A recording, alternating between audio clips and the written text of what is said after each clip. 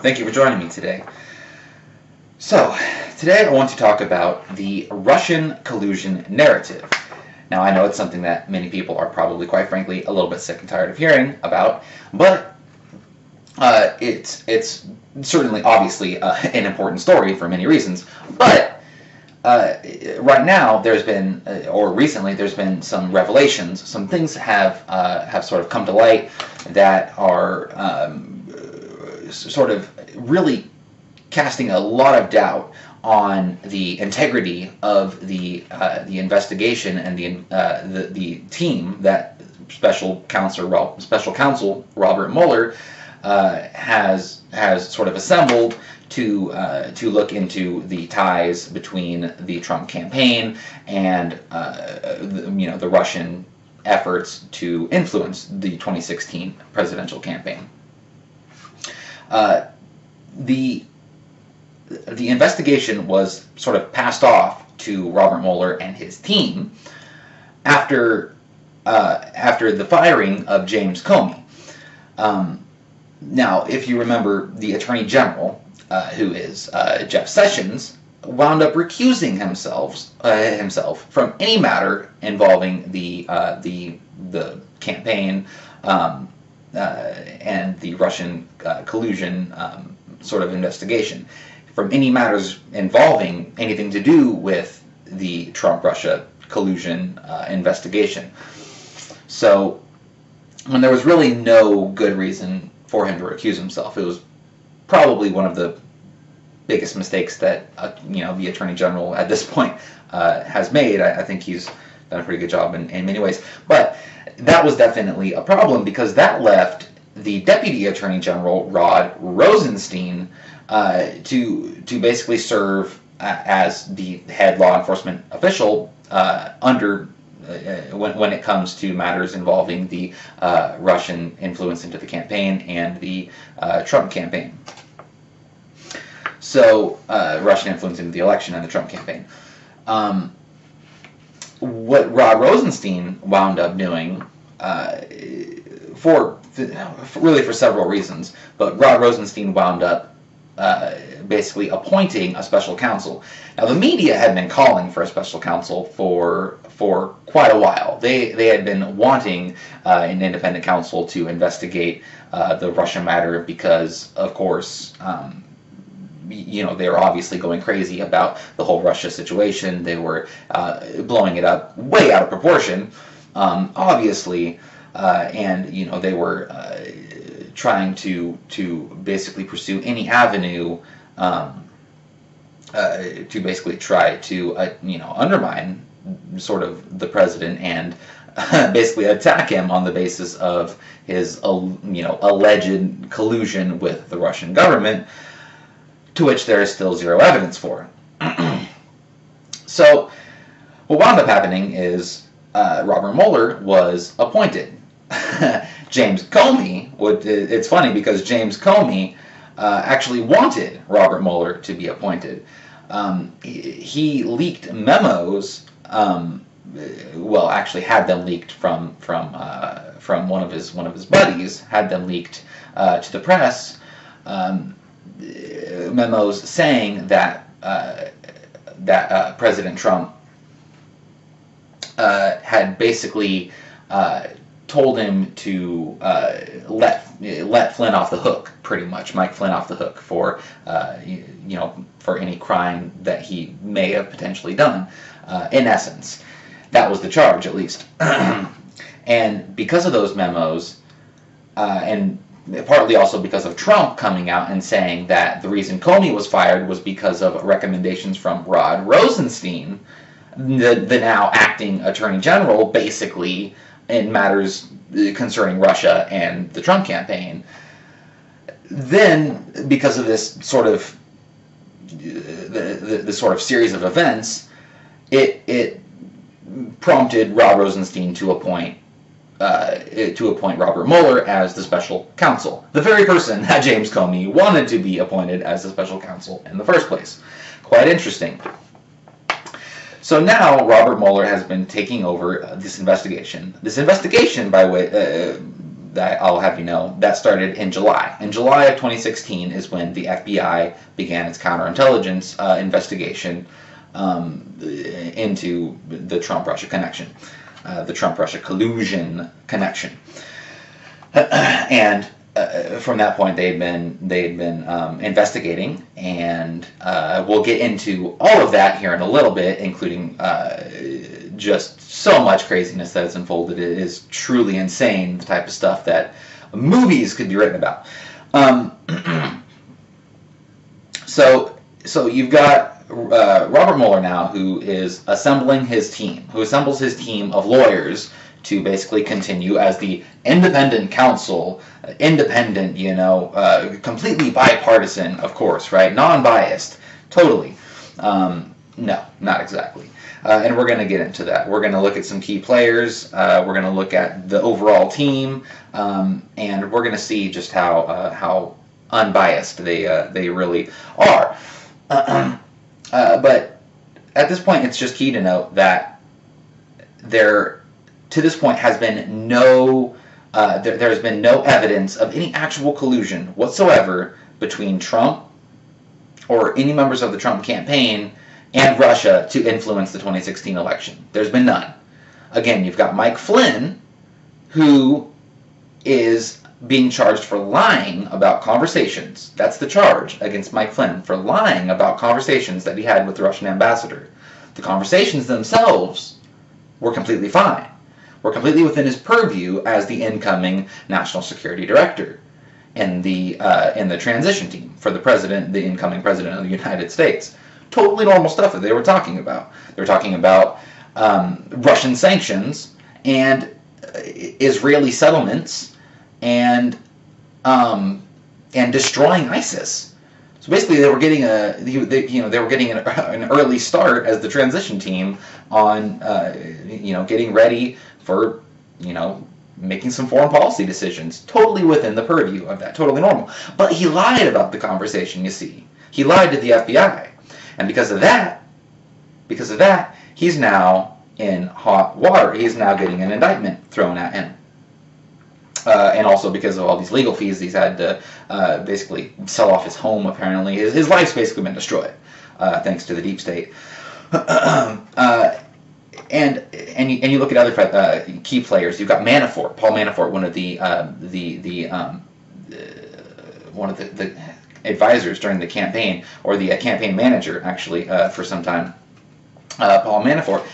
He's being charged, indicted for financial crimes that he committed potentially, allegedly,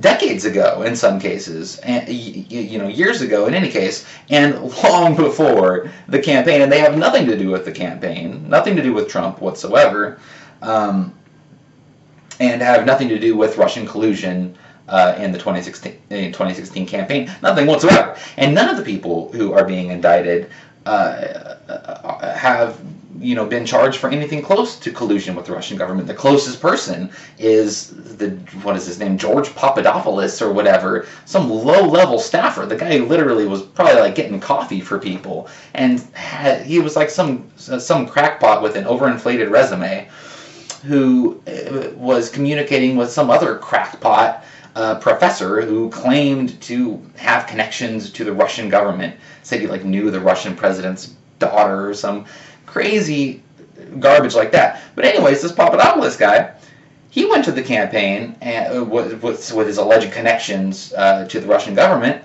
and they actually turned him down. And this is on the record. So if anything, that showed that there wasn't collusion. It wasn't really a willingness to collude, at least in that respect. But again, Papadopoulos lied to the FBI, and that is the crime that he's now being charged for. Because nothing that he did, even his connections with this alleged, with the professor, that was his name too, the professor. I'm not sure if the guy's name was ever actually released, but some professor that supposedly had connections to the Russian government. That activity itself wasn't even illegal, but he lied to the FBI in somewhere along the line. So the point is, all these charges are really Mickey Mouse level charges. I mean, lying to the FBI, that's just, it is a felony. I mean, it is a big deal in a sense, but it's also a far cry from collusion with a foreign government to influence an election. I mean, truly a far cry. So it's very troubling just on that level that these people are being charged for these types of offenses. When, you know, the underlying charge was, again, collusion with the Russian government. Now I want to go into some recent revelations and just sort of a general overview of some of the key players in Mueller's team and some other people as well who are also key players in this wonderful little play of sort of a Greek tragedy of sorts, I guess you could say. Just completely insane. Again, this is the type of stuff. You know, this could be like the plot for a James Bond movie or something. I don't even know. So this first article here is from the Daily Caller, and this highlights an agent named Peter Strzok. I believe is how his name is pronounced. It is Strzok. So however the heck you pronounce that, I'm not quite sure, but I'm pretty sure it's Stroke. I think that's how I've heard it pronounced. But anyways, this guy, FBI agent Peter Strzok, is a key player, a key individual. This guy, Peter Strzok, it turns out, was the very guy who, just to give a little background on him, this guy was one of the FBI agents who interviewed key witnesses in the Hillary Clinton email scandal. He's also the very guy who changed the memo, the writing in Comey's early draft. Remember, because Comey was drafting up before he even had all the evidence, all the relevant facts. He was drafting up his letter exonerating Hillary Clinton. Well, Peter Strzok is the guy who changed the language in Comey's early memo from gross negligence, which is a crime, and that is basically under the statute what you would get indicted for, gross negligence. They changed the language from gross negligence to extreme carelessness, which isn't even, I think, a legitimate legal language. So this is the key guy who, interviewed some of the key witnesses, the Hillary Clinton witnesses in the email scandal, and changed the writing. Basically, you could argue made the difference between Hillary Clinton actually, being prosecuted and not being prosecuted. At least, he certainly played a key role in that.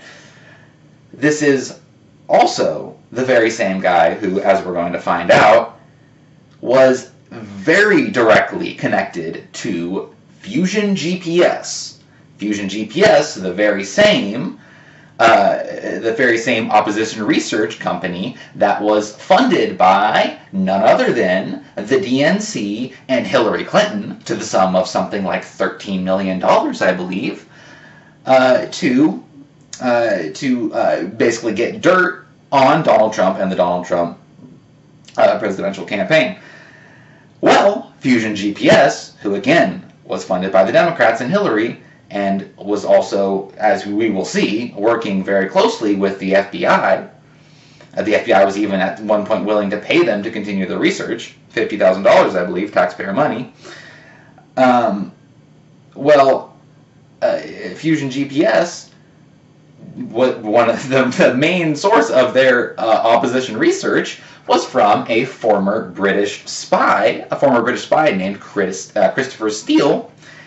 Now, this guy, Christopher Steele, he was getting information from none other than the Russian government. Yes, current and former, some current high-level and former high-level Russian officials, including the FSB, the former KGB, the literal, the people, the KGB, yes, for the KGB from the Soviet Union, KGB, yes, those guys, MK Ultra type KGB, the crazy, hardcore, Russian, basically, intelligence service. He was getting information from those people that he had connections with. Now remember, again, the allegation against President Trump and his campaign was that he was colluding with the Russian government to influence the election, which is the exact thing that the FBI and Hillary Clinton and the DNC was doing. Just incredible, but it doesn't end there. It barely even begins there. It just gets crazier and crazier. Okay, so again, Peter Strzok was this guy who played a big role in exonerating Hillary Clinton. Was one of the key players in working with Fusion GPS to get information from the Russian government and get mostly false and salacious, literally almost all false allegations made against Trump, which we found out were false. Again, from the Russian government.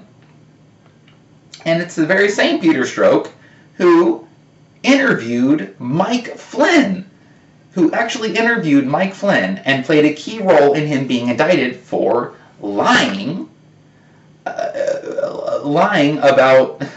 Okay, so it just gets crazy. So he was being spied on because they were investigating the supposed Russian activity, and they shouldn't have been able to listen to those conversations that he had with the Russian ambassador in the first place, but they did. Then they took transcripts of them, and Peter Strzok interviewed Mike Flynn, and he had the transcript of word for word what he's saying, and it turns out that he missed a few things, and he messed a few things up. But it turns out that what he did, what he didn't remember, at least seems fairly significant, and we'll get to that in a bit. But it's just incredible that this is the very guy who played a key role in all of these areas. So, from the Daily Caller, FBI agent who supervised Trump-Russia probe reportedly sent anti-Trump text messages.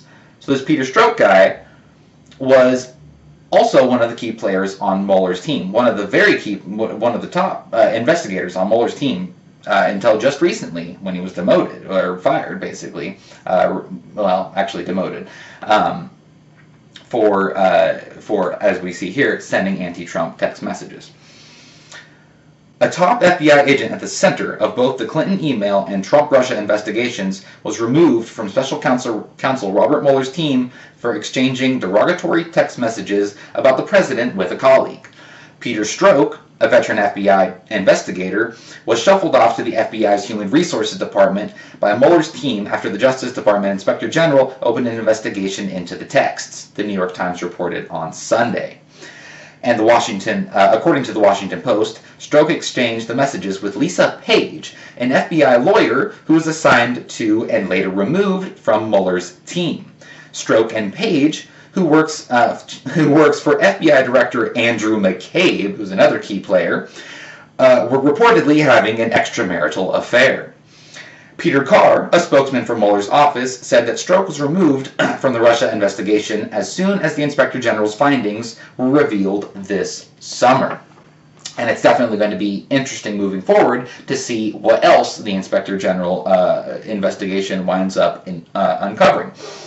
But for right now, so we got Peter Strzok, this guy who was a key player in exonerating Hillary, this guy who was in contact with Fusion GPS to get the infamous, now infamous P-Gate dossier, which had all sorts of ridiculous, allegations, salacious allegations about President Trump, which were proven to be false and completely unverified, in almost all cases. And also the very guy who actually interviewed Mike Flynn, which you'll see as the story progresses, is just an incredible revelation. This very same Peter Strzok was also still on Mueller's team, part of Mueller's team, still investigating after being a part of all this.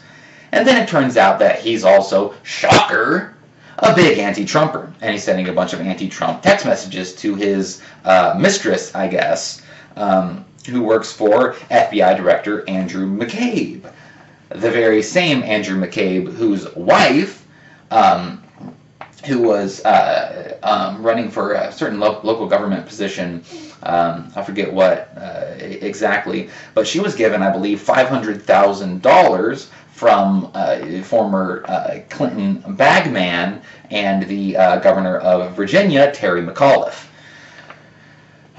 So right there is a pretty clear conflict of interest when it comes to Andrew McCabe.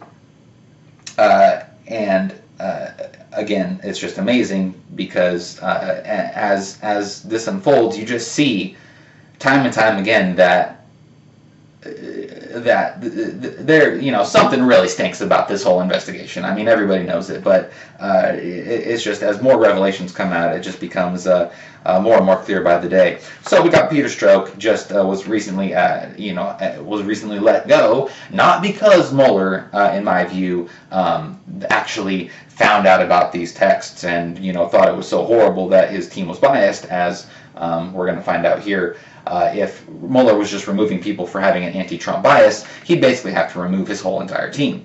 No, it was because this guy, Peter Strzok, as we will get into, was very closely tied to the now infamous Russian P-Gate dossier from Fusion GPS. And it is becoming a gigantic scandal, and now, especially because of this, also because of the Inspector General investigation and the congressional oversight, at least certain parts of the congressional oversight are starting to get pretty serious about the corruption within the DOJ and the FBI. You're now seeing a lot of this stuff come to light. It's definitely not because Mueller is trying to do the right thing. Not in my point of view. This guy's whole motive is to destroy the president on whatever pretense. In whatever way he basically can. And now we go on to the Washington Examiner. Byron York, dossier author, was in contact with Obama Justice Department. So the author of the dossier, the Fusion GPS opposition research by Christopher Steele, the former British spy who was getting information from, again, the Russian government, was Christopher Steele, or at least Fusion GPS, was in contact with the Justice Department. They were in contact with the FBI through Strzok, and now we're finding out that they were in contact also with the Justice Department via Bruce Orr. So, the department's Bruce Orr, a career official, served as Associate Deputy Attorney General at the time of the campaign. That placed him just below the Deputy Attorney General, Sally Yates, another key player, who ran the day-to-day operations of the department. Unbeknownst to investigators until recently, Orr knew Steele and had repeated contacts with Steele when Steele was working on the dossier. Orr also met after the election with Glenn Simpson, head of Fusion GPS, the opposition research company that was paid by the Clinton campaign to compile the dossier. I love that word, dossier. It just makes me sound so fancy. Word that Orr met with Steele and Simpson by Fox, first reported by Fox News' James Rosen and Jake Gibson, was news to some current officials in the Justice Department. Shortly after hearing it, they demoted Orr, taking away his Associate Deputy Attorney General title and moving him full-time to another position, running the department's Organized Crime Drug Enforcement Task Forces. So what you're seeing here is a bit of a pattern. You're seeing now, as it's coming to light, that these individuals were connected to the Fusion GPS, Clinton DNC-funded opposition research that was proven false in most cases, in virtually all cases. I mean, the majority of the claims are either completely unverified or have been proven to be false. And that research, again, from the Russian government in many cases, was used basically to conduct this insane, basically wiretapping and spy operation on an opposing campaign. I mean, it was just absolutely insane. And now, again, we know that the FBI as well as the Justice Department were in contact with Christopher Steele and Fusion GPS, and all these people, as this stuff is coming to light, are now basically being flushed down the drain because these the DOJ and FBI are at least attempting to save face to a certain degree. So it's just insane that all this stuff is starting to come to light.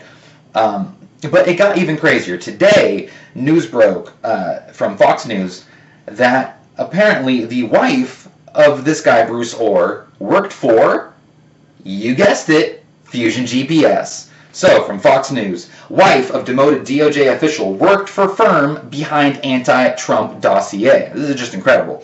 A senior Justice Department official demoted last week for concealing his meetings with the men behind the anti-Trump dossier had even closer ties to Fusion GPS, the firm responsible for the incendiary document than to have been disclosed. Fox News has confirmed.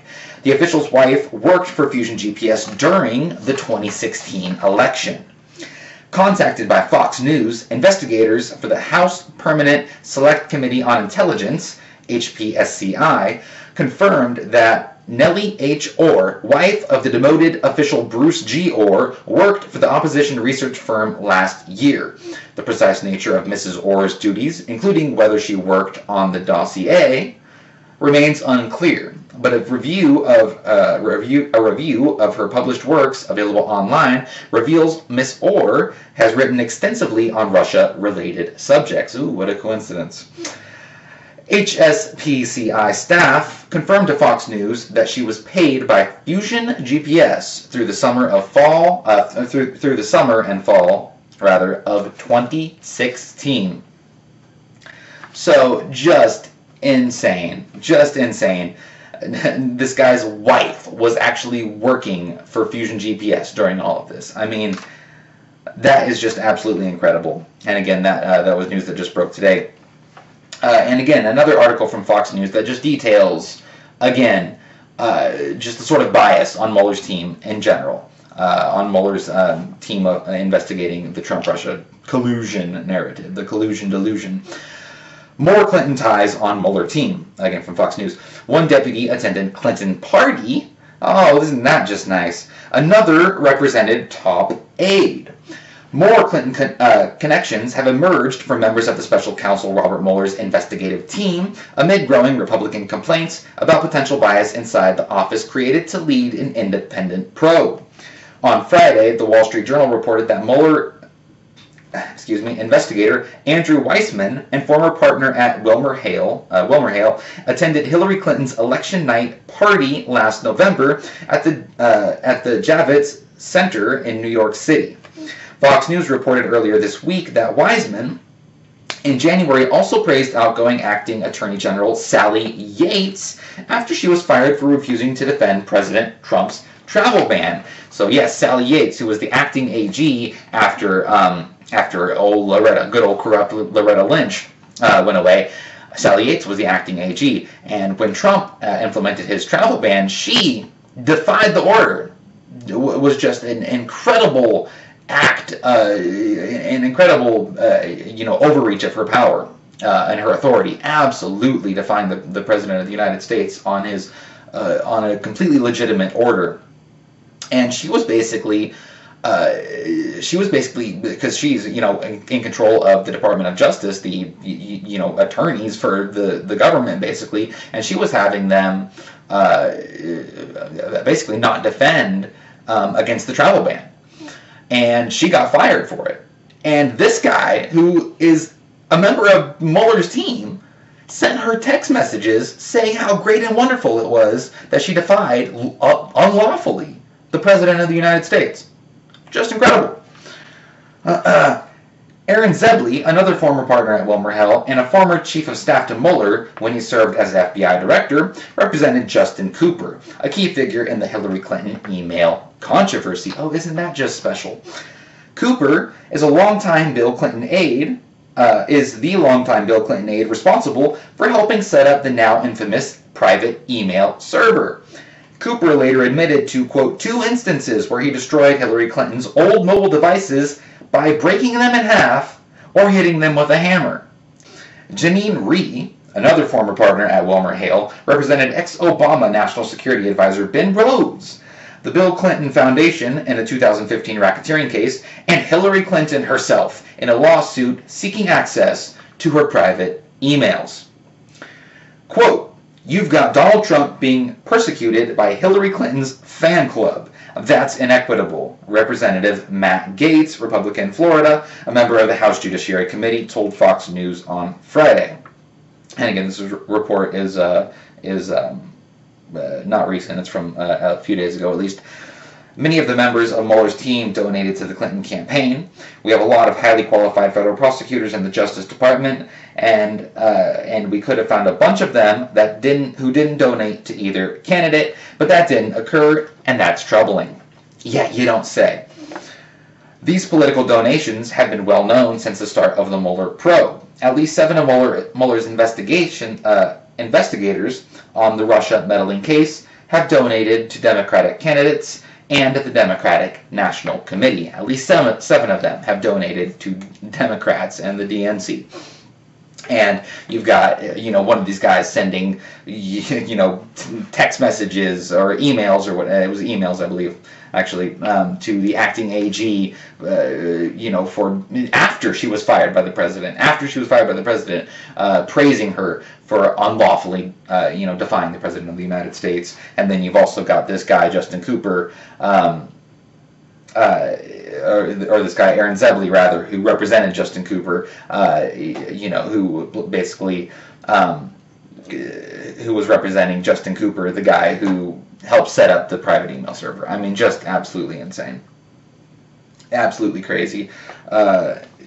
So, I mean, right there, it goes to show that clearly this is not an independent investigation. This is not a this is not a non-biased sort of a situation. This is definitely a team in Mueller's investigators that are that are stacked, or at least heavily tilted, with people who are clearly partisan, and in some cases who clearly have very severe distaste for the President of the United States, especially in the cases of Peter Strzok and this other fellow here who was sending emails to Miss Yates for basically being unlawful.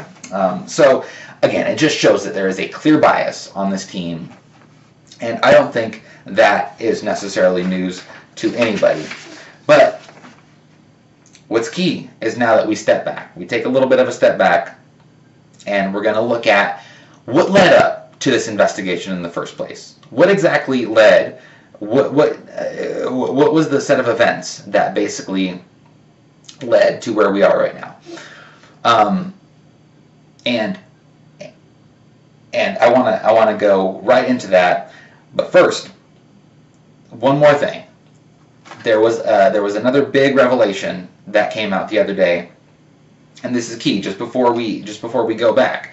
Okay, so as I was saying earlier, Mike Flynn, the former National Security Advisor, who was fired for lying to the Vice President, and who also lied to the FBI about perfectly legitimate conversations that he was having with the Russian ambassador, conversations that were only basically available because they were basically spied on. Flynn was spied on, and they basically gained them illegitimately, which I'll get into here in a little bit. But basically, the point is he's being charged for lying to the FBI.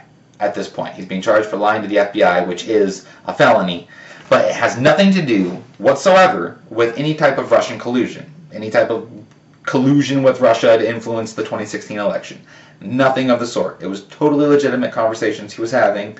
He misinformed the Vice President and the FBI, or willfully lied about it for whatever reason, which doesn't make sense. But in any case, he committed that crime, which is literally Mickey Mouse level stuff, especially when the whole precept for all this was collusion with the Russian government. Well, the judge who was going to preside over Mike Flynn's case, remember, he's been indicted, but he hasn't actually, he's going through the court process now. He hasn't actually been convicted. So, convicted of anything, but he pled guilty to lying. The judge who was going to preside over Mike Flynn's case was this guy named Judge Rudolph Contreras. Well, you might ask, what's the problem there? Well, there's a big problem there, and it gets laid out in theconservativetreehouse.com in an article titled "The Big Ugly: Why U.S. District Court Judge Rudolph Contreras' recusal from Mike Flynn case is a big deal." And it absolutely is a very big deal for several key reasons, which I'll break down here in a minute. But first, I'm gonna read from the article. Last night, news broke that U.S. District Court Judge Rudolph Contreras, quote, has been recused from the case overseeing the prosecution of General Mike Flynn. Details are vague. According to Reuters, both the judge and the Flynn legal team have yet to comment. Additionally, there is no concrete answer as to whether the recusal was done by the judge himself or was forced upon him. While the reasoning is key, the difference between the two options adds another layer of consequence within the rest of this outline. Reuters News Services puts it this way. The U.S. District Court for the District of Columbia, judge presiding over the criminal case for President Donald Trump's former National Security Advisor, Mike Flynn, has been recused from handling the case, a court spokeswoman said on Thursday. According to a court filing, U.S. District Court Judge Rudolph Contreras, who presided over a December 1st hearing where Flynn pleaded guilty to lying to the FBI about his contacts with Russia, will no longer handle the case. Court spokeswoman Lisa Clem, did not say why Contreras was recused, and added that the case was randomly reassigned. Oh, nothing to see here. Reuters could not immediately learn the reason for the recusal or reach Contreras. An attorney for Flynn declined to comment. Okay, so Contreras was the guy who was going to preside over Mike Flynn's case for lying to the FBI about conversations that were completely innocuous, conversations that were completely normal, completely within his purview as the NSA. There's no underlying crime in the lie to the FBI whatsoever. It was just the lie to the FBI that was the crime. That's it. That's all the crime is. That's all there is. And that's it. And you've got this judge now. You've got this judge, Contreras, who was going to preside over it. And he just had to recuse himself. Is it just a coincidence? Well, I don't think so. And here's why. Judge Contreras is one of only a couple judges, only a handful, a select amount of judges who serve on what's called the FISA court. Now, the FISA court is, the FISA stands for Foreign Intelligence Surveillance Act, which was adopted, I believe, in the 70s because Congress found out that the NSA at that time, even back then, was basically doing all sorts of unseemly activity and pretty much spying on American citizens, although in a more primitive way, obviously. And because of this, they set up the FISA court, which is basically a court of a select panel of judges, which Mr. Contreras was a part of, that the FBI can go to, along with the DOJ, to try to get what's called a FISA warrant. Now, for a FISA warrant, this is key. This is absolutely key. There doesn't have to be any underlying crime. There doesn't have to be any evidence that you have to bring forward that that would basically be probable cause of sort of commission to do a crime, or someone wanting to act in a criminal way, commit a crime of some sort.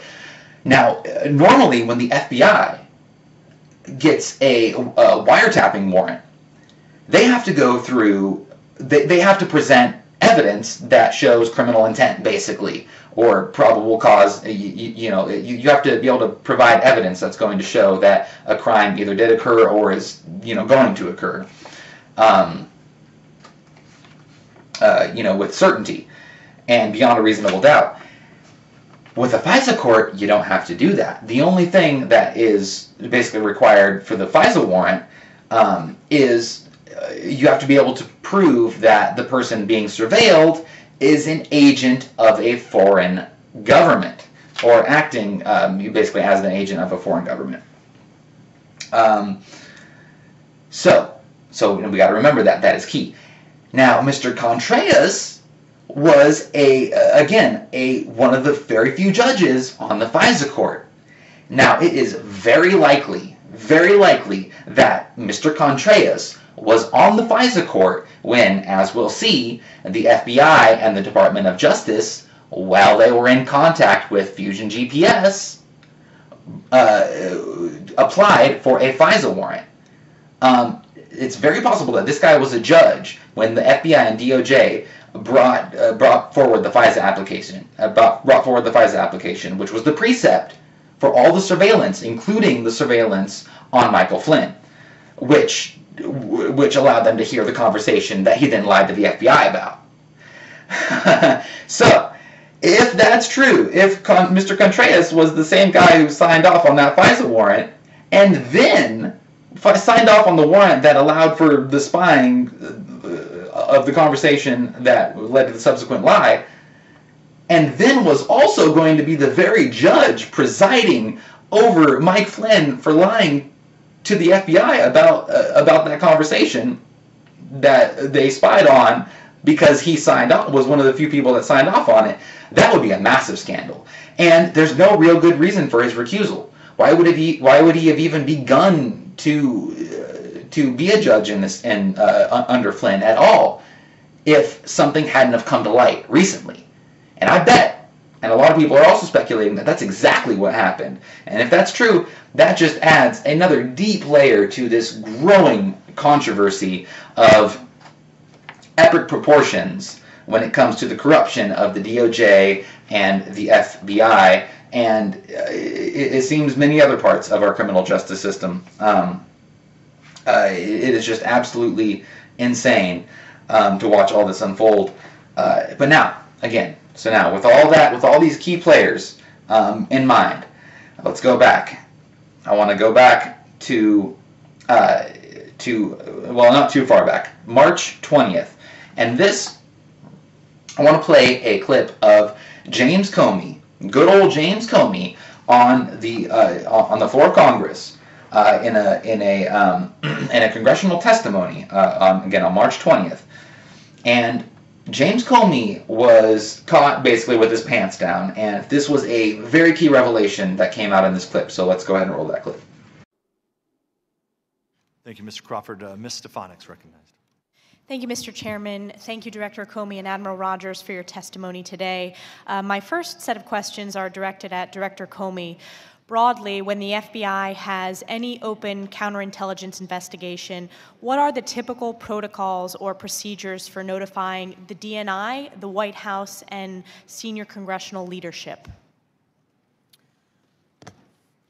There is a practice of a quarterly briefing on sensitive cases to the chair and ranking of the House and Senate Intelligence Committees. And the reason I hesitate is, thanks to feedback we've gotten, we're trying to make it better. And that involves a briefing of the Department of Justice, I believe the DNI, and some portion of the National Security Council at the White House. So if that's quarterly... To brief them before Congress is briefed. So it's quarterly for all three, then senior congressional leadership, the White House, and the DNI? I think that's right. Now, that's by practice, not by rule or by written policy, which is why, thanks to the chair and ranking giving us feedback, we're trying to tweak it in certain ways. So since in your opening statement you confirmed that there is a counterintelligence investigation currently open, and you also referenced that it started in July, when did you notify the DNI, the White House, or senior congressional leadership? It's a good question. Congressional leadership, sometime recently, they were briefed on the nature of the investigation in some detail, as I said. Obviously, the Department of Justice has been aware of it all along.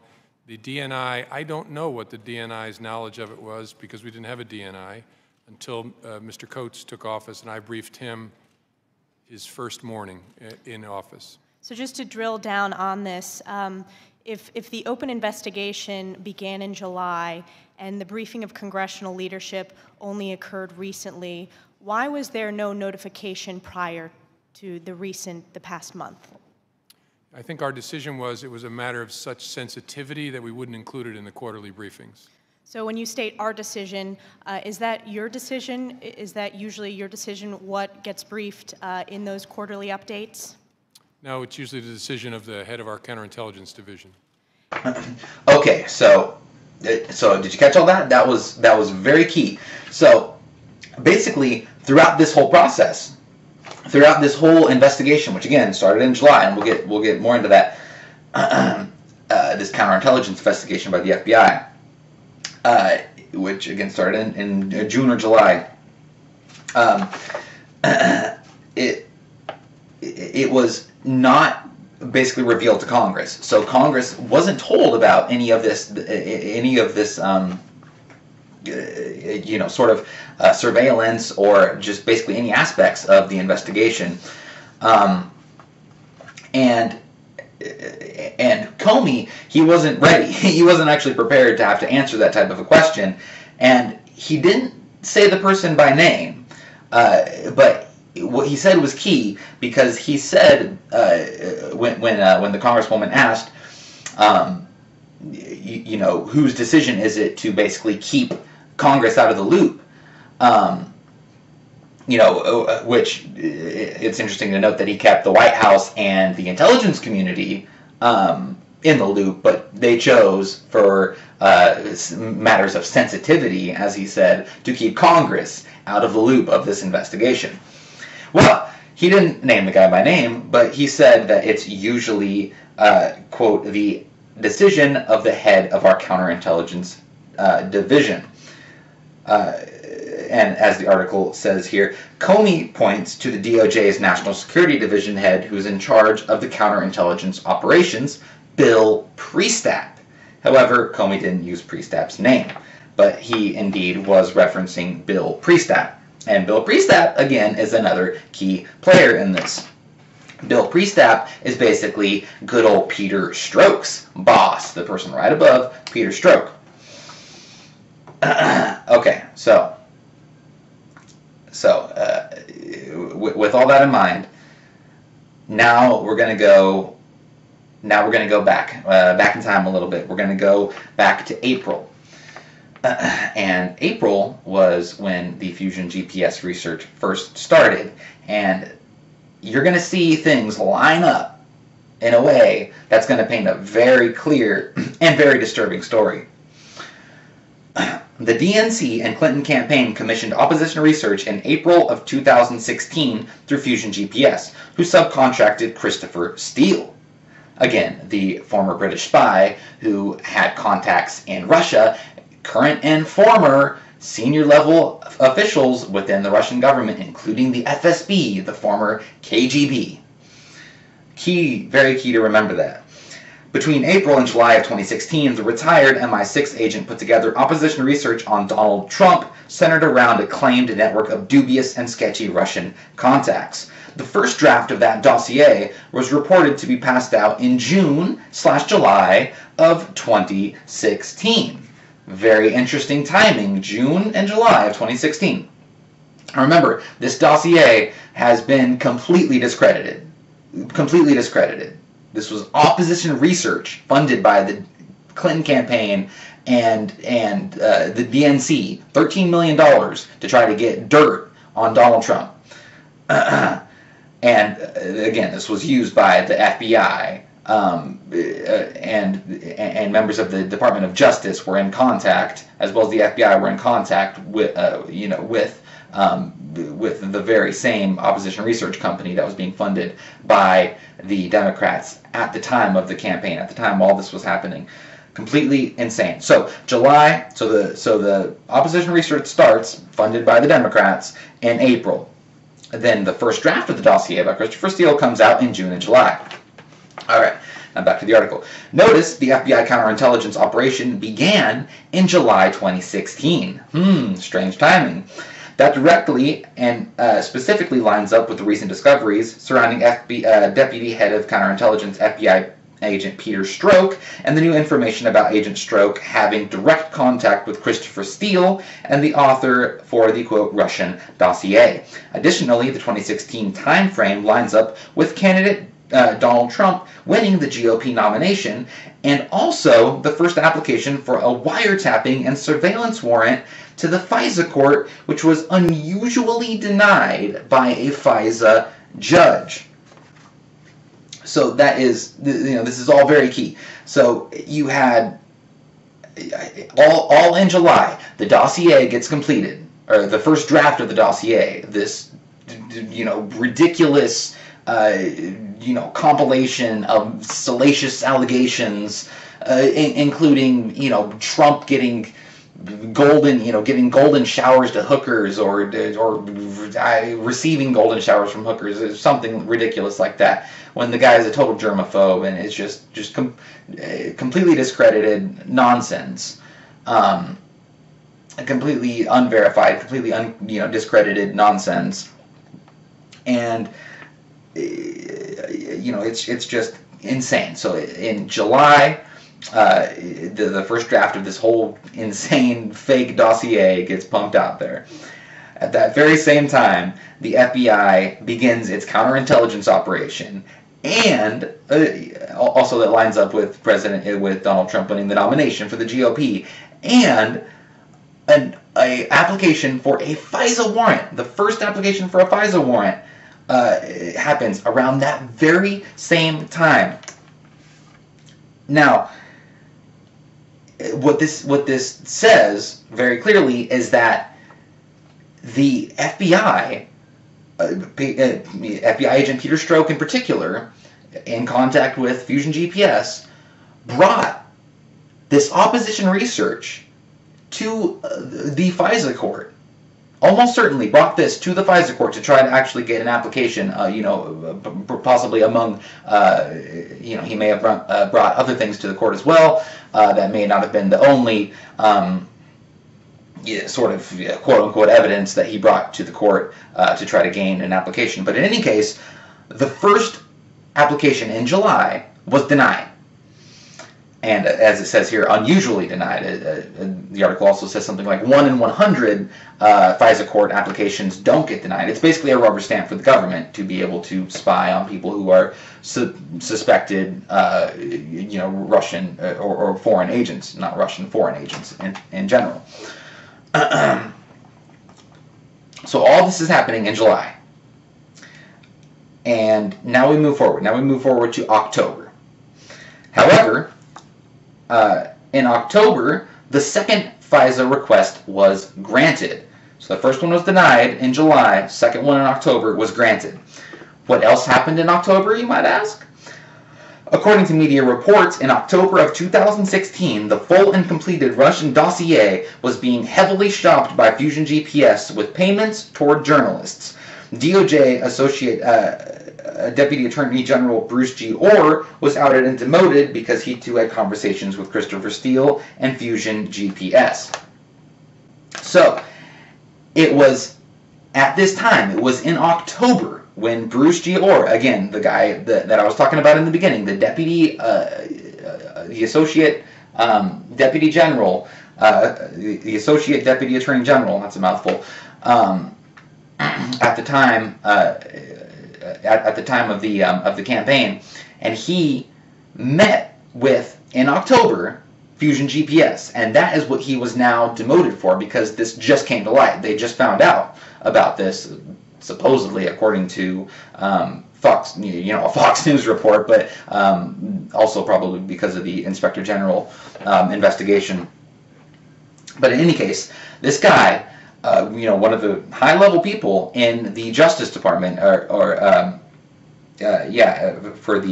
the Justice Department, in the under the Attorney General, the associate deputy attorney general, was meeting with the author of the dossier right as it's being basically completed and the full version of it is being shopped around. October 2016 is exactly when the Obama administration submits a new, narrow request to the FISA court, now focused on a computer server in Trump Tower suspected of links of Russian banks. As Andrew McCarthy points out months ago, no evidence is found, but wiretaps continue ostensibly for national security reasons. So the first FISA application was denied, and according to reports, the first application actually named Trump himself. Now it's not clear whether he was named in terms of actually being a target or whether his name just came up in the application. But it was reported that Trump himself was within the application. It seems that was not the case for the second application. Again, it was narrowed down in scope, and it was actually greenlit in October by the FISA court. Now, again, it's very likely that Judge Contreras, who just had to recuse himself in the Flynn case, was sitting on the FISA court and approved this October FISA request. Again, if that turns out to be the case, that is another massive scandal on top of an already massive scandal in terms of this investigation. And again, now in October, the full dossier is completed. The FBI is still in contact with Fusion GPS. Now the Justice Department is also in contact with Fusion GPS. And would you look at that, right at that time, would you look at that, right in October, right when all these things are aligning, they actually get the FISA application. So, what that shows, obviously, is very clear evidence, especially when you take into account the fact that the first draft of the dossier in July lines up with the counterintelligence investigation of the FBI and the first application to the FISA court. Then the dossier gets completed in October. The FBI and now the DOJ are both in contact with Fusion GPS.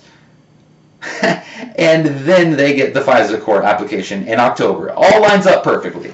All lines up perfectly. Isn't that all just a coincidence? Nothing to see here, I'm sure. So again, June, July 2016, a FISA request is denied. This is simultaneous to FBI agent Peter Strzok's initial contact with Christopher Steele and the preliminary draft of the dossier. October 2016, a FISA request approved. This is simultaneous with Agent Strzok and Associate Deputy Attorney General Bruce G. Orr in contact with Christopher Steele and the full dossier. And again, now we know that Bruce Orr's wife was working for Fusion GPS during this time. Just absolutely incredible scandal. And then it gets even crazier. And remember, the FISA application, the second application had something to do with, as it said here, a server that was connected to Russian banks in Trump Tower. Now remember, Trump said, and he was mocked by the media for it, he said that he was wiretapped in Trump Tower. Well, it turns out he actually was wiretapped in Trump Tower. So it's just incredible. The New York Times, came out with reports, and other outlets came out with the reports saying that there were wiretaps, in Trump Tower, and then basically came out and retracted it and called it fake news. It was an incredible display of Orwellian behavior, if you will. But yeah, that put aside for the moment. We're going to dig in a little bit more into this just absolutely insane, insane situation. But again, the FISA warrant does not require any underlying crime or any evidence that there was or is a crime whatsoever. All you have to do is be able to prove or basically show reasonable suspicion that somebody may be an agent of a foreign power.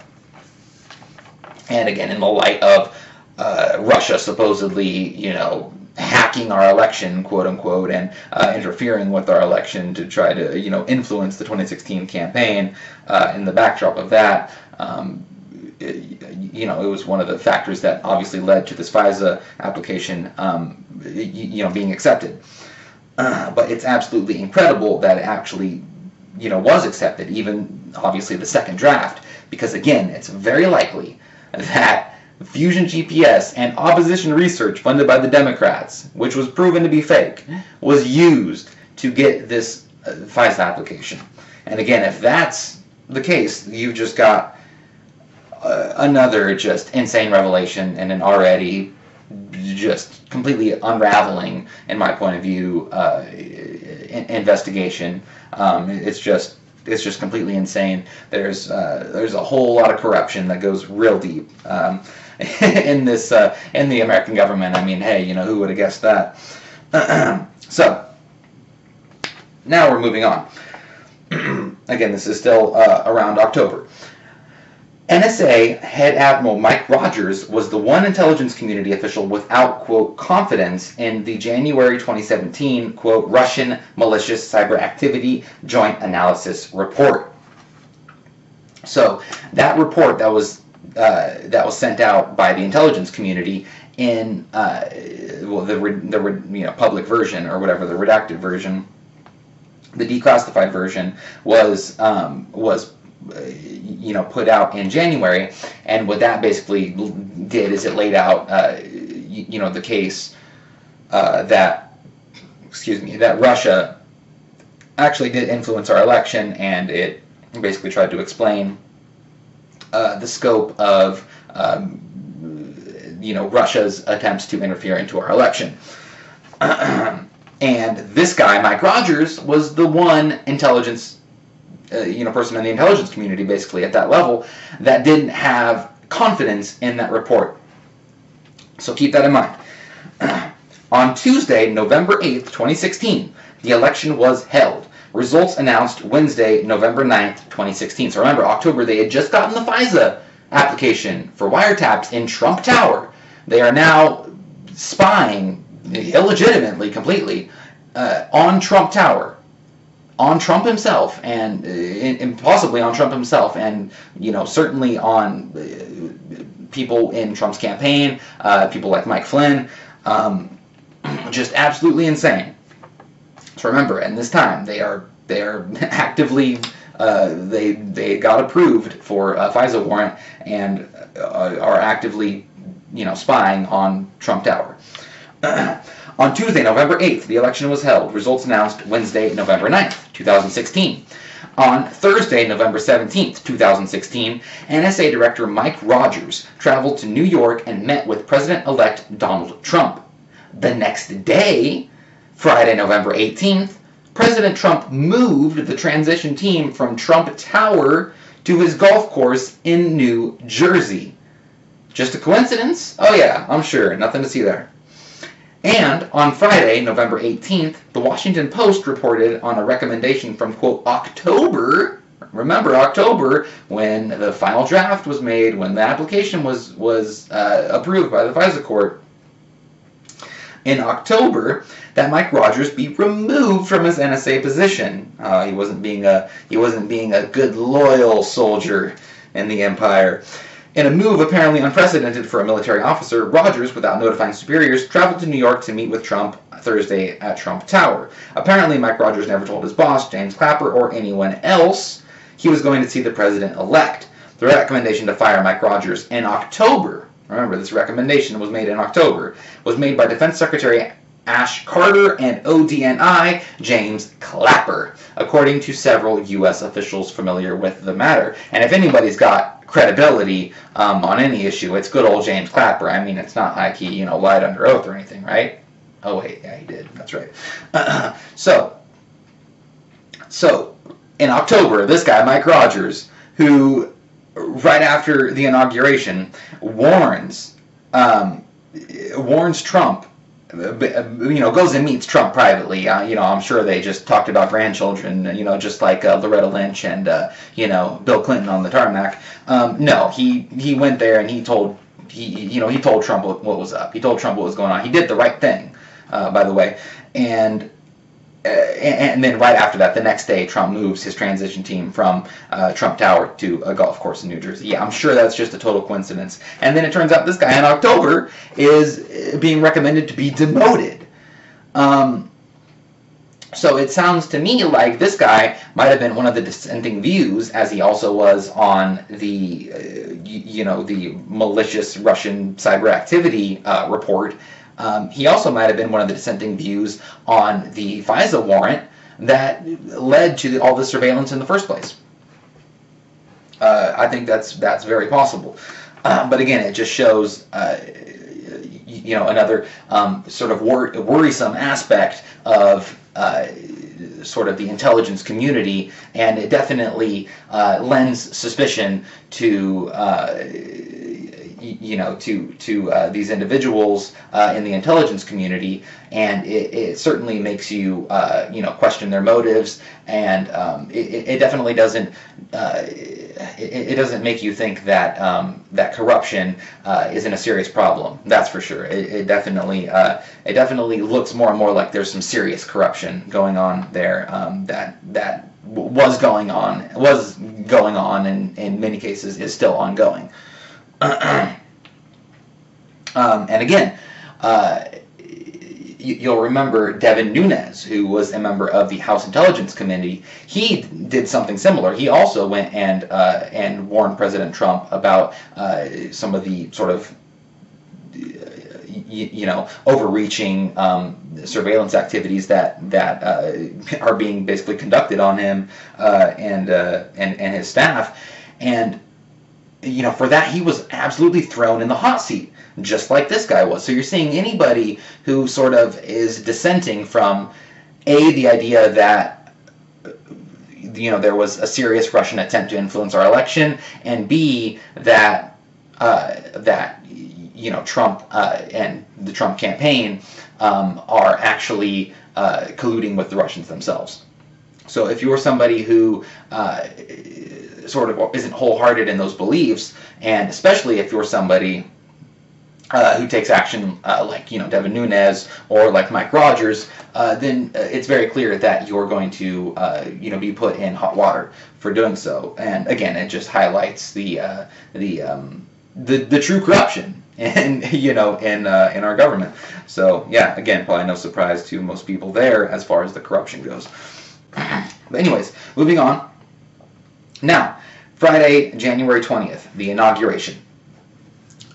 Tuesday, January 24th, Lieutenant General Mike Flynn was interviewed at the White House by the FBI. One of the interviewers was good old FBI agent Peter Strzok, as we talked about before. Now, again, Peter Strzok had the entire transcript of his phone call from months ago with the Russian ambassador when Mike Flynn, as the incoming national security advisor, was talking with all sorts of different people, his counterparts in all sorts of different governments around the world. I mean, for goodness sakes, he's getting ready to be the national security advisor. What's he supposed to do? Just play Tetris the whole time in the transition team? No, he's talking to people. He's getting ready to. He's doing his job. I mean, there was nothing completely. Nothing at all that was illegitimate about any of the conversations that he had in that respect, and this conversation, was being listened in on because of a FISA warrant that was almost certainly gained because of opposition research from the Democrats and the Russian government. So when they're accusing the Trump campaign of colluding with the Russians, so you just can't.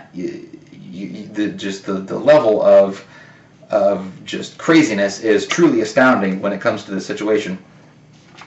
But so Mike Flynn is being interviewed by Agent Strzok, Peter Strzok, and other FBI agents.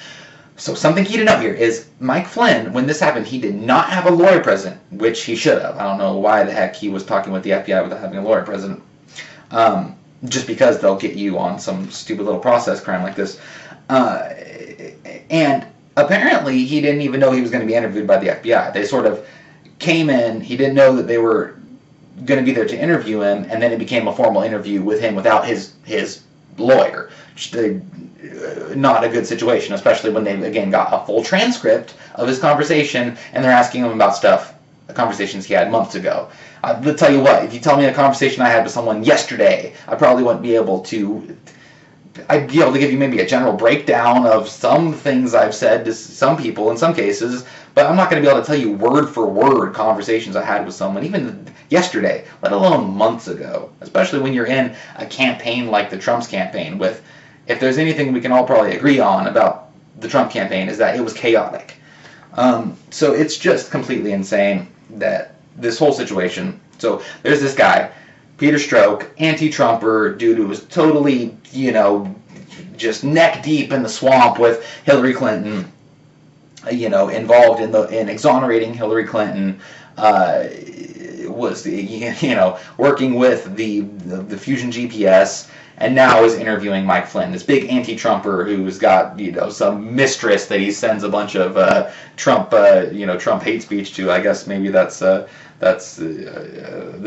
little thing. That's what brings them together, is their hatred for Trump or something. I don't know, but you've got this crazy situation where this guy, this crazy swamp creature, anti-Trumper, is now interviewing Mike Flynn under these circumstances.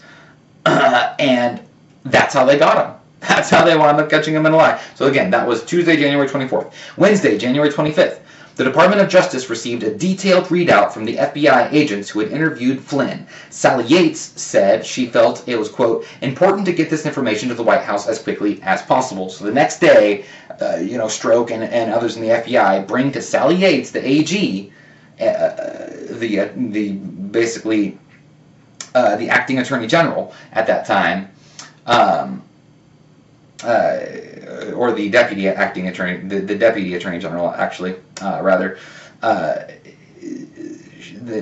FBI brings this information that Flynn just lied, again, about a conversation which there is no underlying crime of, just the lying about the conversation. The conversation itself wasn't a crime, again, just lying about it to the FBI, under, again, those circumstances that I outlined.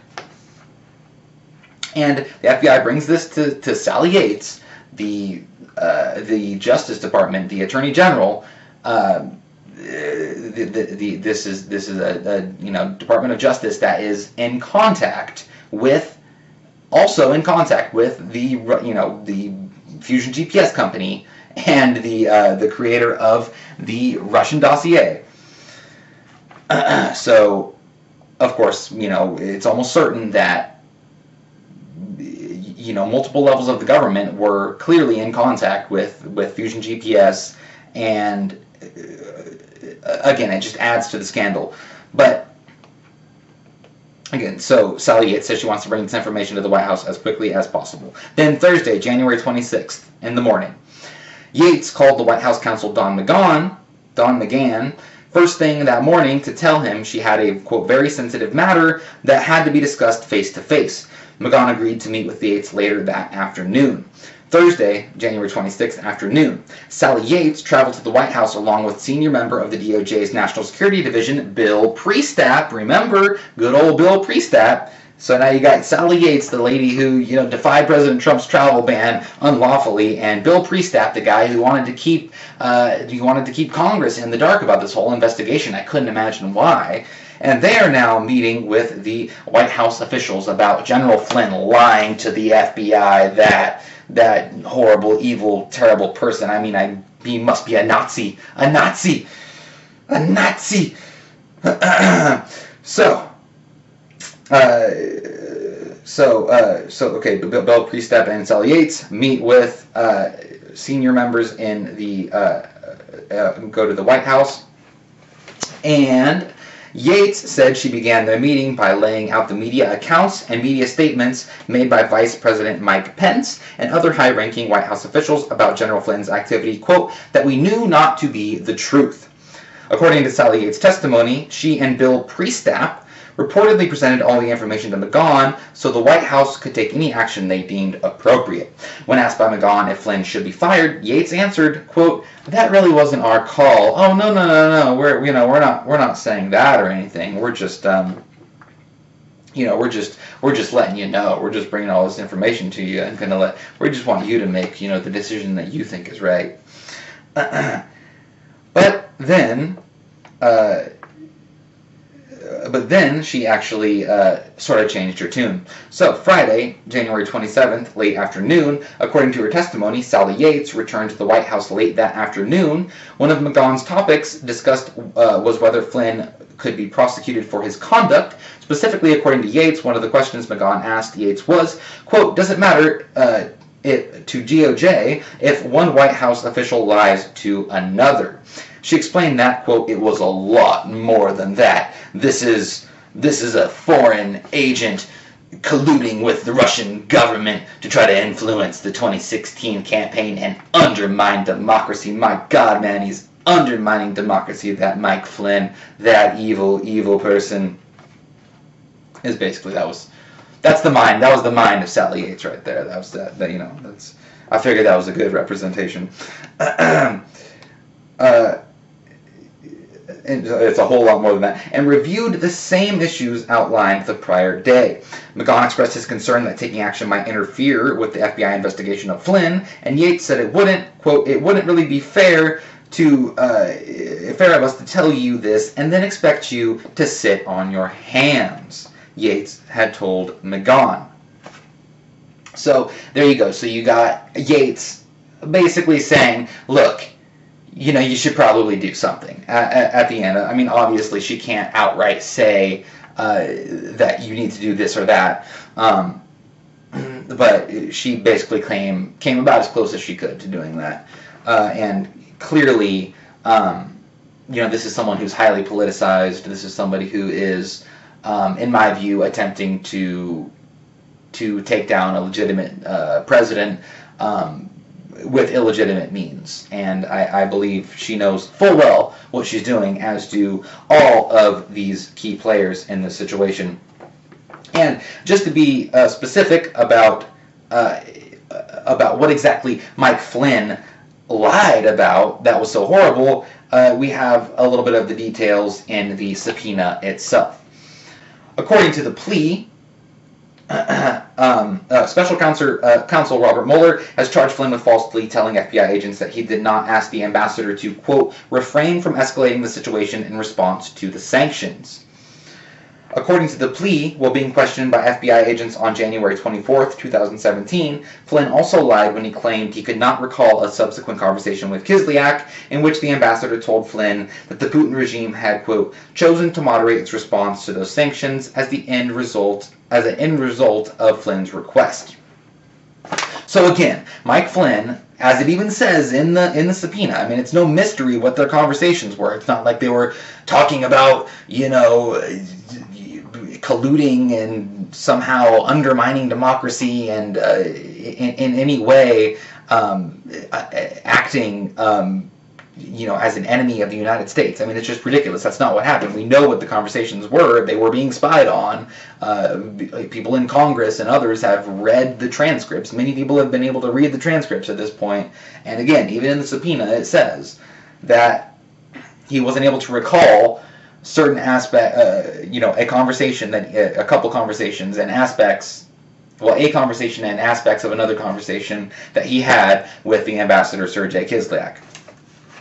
And it very well could be, because there's no reason for him to lie about this. Again, the conversation is totally normal. It seems like what happened is this agent, these FBI agents basically ambushed Mike Flynn without a lawyer. Again, he should have had a lawyer. And again, it is, yes, a crime to lie to the FBI. I'm not saying that that's a good thing necessarily. But they went in there knowing full well that they were going to be able to get him on something. I mean, he'd be like a part where he said, there, but it was really they, or something like that. I mean, something ridiculous. Literally, they could get him on something like that. If they actually got the transcript, they could say that he lied to the FBI if he's not, accurately portraying this conversation that he had. Again, which is a ridiculous idea that someone will be able to recall word for word conversations that they had months ago. So what you see here is a political witch hunt in the full context. I mean, the full definition of a political witch hunt. This is insane on every aspect. You had the original charge that the Russian government was attempting to influence our election.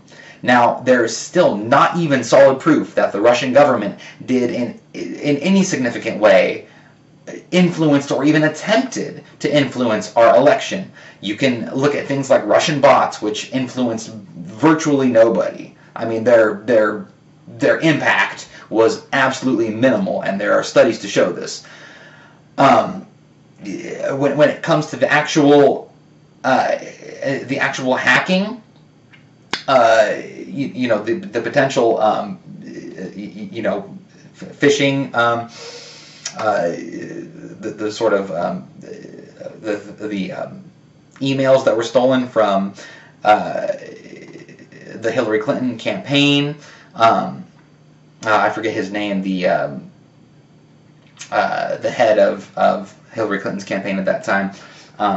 His name escapes me, but his emails were stolen, and the there was also other emails that were for in one way or the other given to WikiLeaks.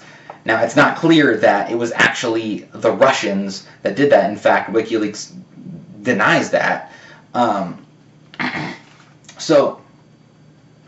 And then when you actually look at the server itself from the DNC that was supposedly hacked, it was a Democrat contractor that was basically hired to investigate the servers, and they are the ones, an organization called Crowdsource, or CrowdStrike rather, not Crowdsource, CrowdStrike, that came out, and they were the ones who did the investigation into the server and said that it was probably Russians that were probably linked to the Russian government that actually wound up, going through with the cyber attacks. But then it's not clear whether the FBI was even allowed. Actually, it seems like the FBI was not allowed to even inspect that server itself. So you've got all these different, aspects of this whole Russian collusion narrative, and they are piece by piece completely falling apart. The entire investigation is being run by basically swamp creatures who are completely anti-Trump. The Hillary Clinton, fan club, as the one representative said. It's completely true. You're now seeing, just as more revelations come out, you've got this judge who was sitting on the FISA court, almost certainly approved the application. The application itself was based on opposition research that was obtained from the Russian government, current and former members of the Russian government, through a former British spy. Opposition research funded by the DNC and Hillary Clinton.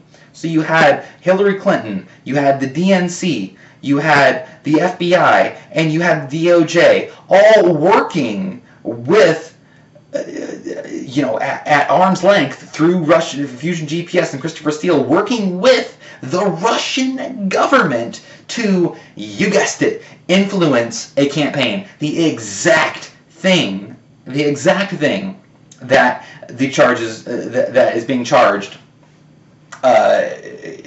against President Donald J. Trump. Absolutely insane. And whether you love Donald Trump or whether you hate Donald Trump, that shouldn't matter.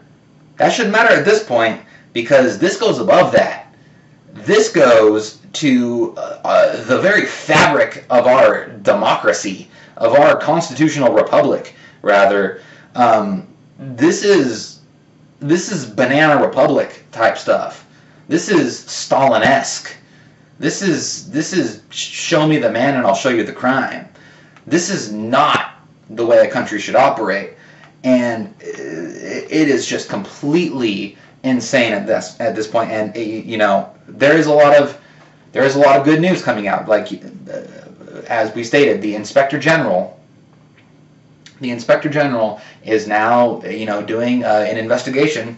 The Office of Inspector General is doing an investigation, and now you've got some people who are actually, getting serious in the oversight committees in Congress, and are now starting to realize that this is a real problem. So So to wrap up here, I want to show a clip of Congressman Jim Jordan, who's part of the Congressional Oversight Committee, absolutely grilling the new FBI Director, Christopher Wray, asking him about Fusion GPS and Peter Strzok and the application to the FISA court. So let's go ahead and roll that clip. Director, was Agent Peter Strzok the former deputy head of counterintelligence at the FBI? I don't remember his exact title, but I believe that's correct. And he's the same Peter Strzok who was a key player in the Clinton investigation, the same Peter Strzok who interviewed Cheryl Mills, Huma Abedin, participated in the Clinton, Secretary Clinton's interview. And he's also the same Peter Strzok who now we know changed Director Comey's exoneration letter, changed the term gross negligence, which is a crime, to extreme carelessness. Is that the same guy? Well, Congressman, I don't know every step that the individual you mentioned was involved in, but certainly I know that he was heavily involved in the Clinton email investigation. Thank you. And is this the same Peter Strzok who helped, was a key player in the Russian investigation, and the same Peter Strzok who was put on Mueller's team, Special Counsel Bob Mueller's team? I certainly know that he was working on the special counsel's investigation. Whether or not he would be characterized as a key player on that investigation, that's really not for me to say. And the same Peter Strzok that we learned this past weekend was removed from the special counsel team because he exchanged text messages with a colleague at the FBI that displayed a pro-Clinton bias. Is that accurate? Yes. Talk about the same guy. Okay. Yes. Well, here's what I'm not getting. Peter Strzok is selected to be on Mueller's team after all this history, put on Mueller's team, and then he's removed for some pro-Clinton text messages. I mean, there are all kinds of people on Mueller's team who are pro-Clinton. There's been all kinds of stories. PolitiFact reported 96% of the top lawyers' contributions went to Clinton or Obama. But Peter Strzok, the guy who ran the Clinton investigation, interviewed Mills, Abedin, interviewed Secretary Clinton, changed gross negligence a crime to the term extreme carelessness, who ran the Russian investigation, who interviewed Mike Flynn, gets put on Mueller's team, and then he gets kicked off for a text message that's anti-Trump. If you kicked everybody off Mueller's team who was anti-Trump, I don't think there'd be anybody left. So here there's got to be something more here. It can't just be some text messages that show a pro-Clinton, anti-Trump bias. There's got to be something more. And I'm trying to figure out what it is. But my hunch is it has something to do with the dossier. Director, did Peter Strzok help produce and present the application to the FISA court to secure a warrant to spy on Americans associated with the Trump campaign? Congressman, I'm not prepared to discuss anything about a FISA process in this setting. We're not talking about what happened in the court. We're talking about what the FBI took to the court, the application. Did Peter Strzok, was he involved in taking that to the court? I'm not going to discuss in this setting anything to do with the FISA court application. Here's what I think, Director Wray. I think Peter Strzok, head of counterintelligence at the FBI, Peter Strzok, the guy who ran the Clinton investigation, did all the interviews, Peter Strzok, the guy who was running the Russian investigation at the FBI, Peter Strzok, Mr. Super Agent at the FBI, I think he's the guy who took the application to the FISA court. And if that happened, I mean, think if this happened, if you had the FBI working with a campaign, the Democrats' campaign, taking opposition research, dressing it all up and turning it into an intelligence document and taking it to the FISA court so they could spy on the other campaign, if that happened, that is as wrong as it gets. And you know what? Maybe I'm wrong. You could clear it all up. You could clear it all up for all of us here, all the Congress who wants to know, and frankly, all of America who wants to know. You could clear it all up by release. We sent you a letter 2 days ago. Just release the application. Tell us what was in it. So there you have Christopher Wray squirming around very uncomfortably, not wanting to actually answer that question. And I think it's pretty clear. It's pretty clear that the answer is yes, indeed. That Peter Strzok, the super corrupt, anti-Trump, Hillary exonerating, just special agent galore, is the very guy who, working with Fusion GPS, brought opposition research funded by the Democrats, obtained by the Russian government, to obtain a FISA warrant because they knew full well that they couldn't actually come up with any sort of evidence of any kind of criminal activity, because there is none. That's why the FBI started a counterintelligence investigation in the first place, not a criminal investigation. And that's why they had to go to the FISA court with this insane, made-up garbage.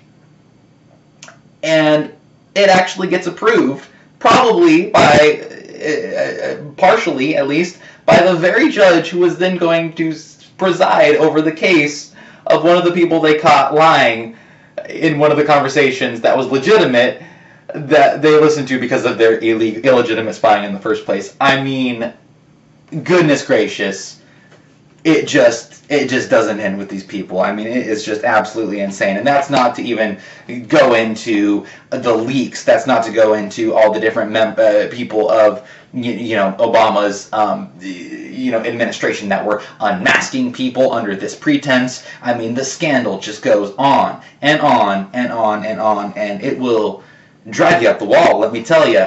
But this is an insane just set of events that we, as the American people, we cannot allow this to happen. We really need to hold our officials' feet to the fire. We really need to begin to clean house, and people need to be held accountable for this stuff, because it is just getting absolutely out of hand. But again, I'm glad to see that a lot of this is starting to come to light.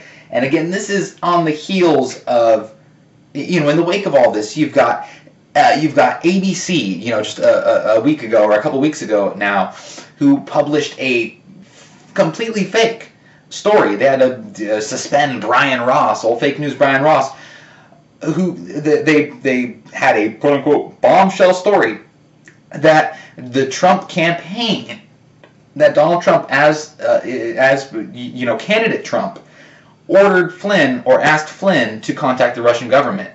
Now that actually would have been a bombshell story, but it turns out it was actually 14 days later, when it was the transition team that he was asking to have Flynn contact. That the transition team, possibly not even Trump himself, was asking Flynn to contact the Russian government, which again is totally normal, is totally fine, is totally legitimate, totally within the purview of a transition team and a national security advisor. Nothing illegitimate about that whatsoever. Nothing at all. And the only reason, there's the whole idea that the Russians were influencing us, and in the first place, that's the only thing that, in some people's mind, gives it any sort of credibility.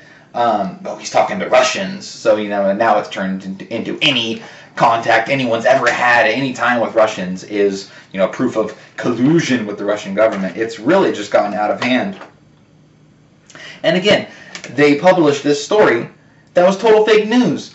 Joy Behar of The View came out and she was ecstatic. It was like, she just graduated college or something. I mean, it was insane. Like, she was just as happy as could be, just loving it. Loving the fact that she thought the, president was going to be, impeached or whatever. I mean, just absolutely insane. Something that would just completely throw the country into chaos, and she's just over here, just overjoyed about it. It was just an insane reaction, and then, of course, she got massive egg on her face. And probably nothing new to her. Just saying. I'm just kidding. A little bit of a dirty joke there. But Joy Behar. I mean, come on. That the whole group of women on The View was just a incoherent gaggle of just insane old bats. It's just complete insanity on that show. I mean, I don't understand how anyone could watch it. I guess there's a little bit of entertainment value in the clips here and there. But so she goes crazy. CNN just recently completely botched a story about Trump Jr. Contacting WikiLeaks. Apparently they were saying that WikiLeaks sent an encryption key and an email to the Trump campaign of WikiLeaks, that stolen WikiLeaks that were not yet disclosed. And again, that would have been a bombshell. But it turns out it was again fake news. And it turned out that all those WikiLeaks were already public. They were already public, out there for anyone to see at any time. Already public. And then even further, there's not even proof that that anyone in the Trump team even saw those emails, or even furthermore, that those emails weren't just, that those emails were actually sent by a legitimate source and not just some troll on the internet. Seriously. And they ran with the story, and then they had to come back and retract after they beat the drum about the story, endlessly. I think it was something like 8 hours or something like that for ABC to correct their story. And then, CNN took a while as well. But it's just insane. You've got this climate where you've got a media that is just willing and able to jump on any half-baked story that they can come up with to try to implicate the president in this Trump-Russia scandal, and they will just absolutely make fools of themselves, falling over themselves in an attempt to breathlessly report stuff that just shortly after gets proven to be patently false. But it's just insane. It's just insane that they would just be that virulent, that crazy, that insatiable to basically, try to take down the president. And you've got this whole climate. You've got the media. You've got the deep state. You've got the people, the Robert Muellers and people of his ilk, and they're trying to undermine the president. You've just got this entire climate against the president when there's zero crimes whatsoever. Nothing even close to implicating Trump in anything, not even any ridiculous process crime, even though they've been digging, back in finances, from decades ago in some cases when it comes to Trump. It's crazy they haven't found something, not even anything related to Russia really, but it's like they're digging this deep. It's like, man, guy actually must be fairly clean, really. So it's just insane that all this is going on. This is not good. This is dangerous, absolutely dangerous for our country. And it's a guy, hate him or love him, he's a legitimately elected president, and barring any high crimes or misdemeanors, there is absolutely zero case for him to be impeached, and there is zero evidence of any collusion with the Russian government whatsoever. And what this is an insane establishment that is extremely threatened in many cases by Trump, by President Trump, and is willing to do whatever it takes, it seems, at this point, to try to bring him down. And it's truly disgusting, and I hope these people all pay severely for their traitorous activity. Really, that's what you could say. So, with that, I want to basically wrap up this video, and I just want to wrap it up by saying that, again, if you, regardless of how you feel about Trump, this investigation, the way this investigation is being conducted, the people that are the key players in this investigation, the origin of the investigation via the Fusion GPS research funded by the Clintons, all of this should be very troubling. It should be very troubling to any American paying attention to this situation. It really should. And I hope it is to anybody, regardless of your political, where you line up politically. It's a real problem that we've got an establishment this corrupt, that is this embedded, and can undermine the most powerful person in the world, the President of the United States. We've got a whole government basically operating in the shadows, if you will, in many ways. And basically, when it comes to what's going to happen now going forward, is it's clear that Mueller doesn't have anything substantial, that there is no actual collusion. It was all a fairy tale. Everyone who was paying attention to this knew this. What's going to happen now is Mueller is going to move for, and this is the word, in reports that we're seeing now, that he's going to move, and it's just obvious, he's going to move for obstruction of justice. Now, this is something that's almost certainly not going to work, but the charge that's going to be probably brought against the president is going to be obstruction of justice. And what's going to happen there is they're going to charge him on directing, at the time, FBI Director Comey to basically see his way to letting Flynn go.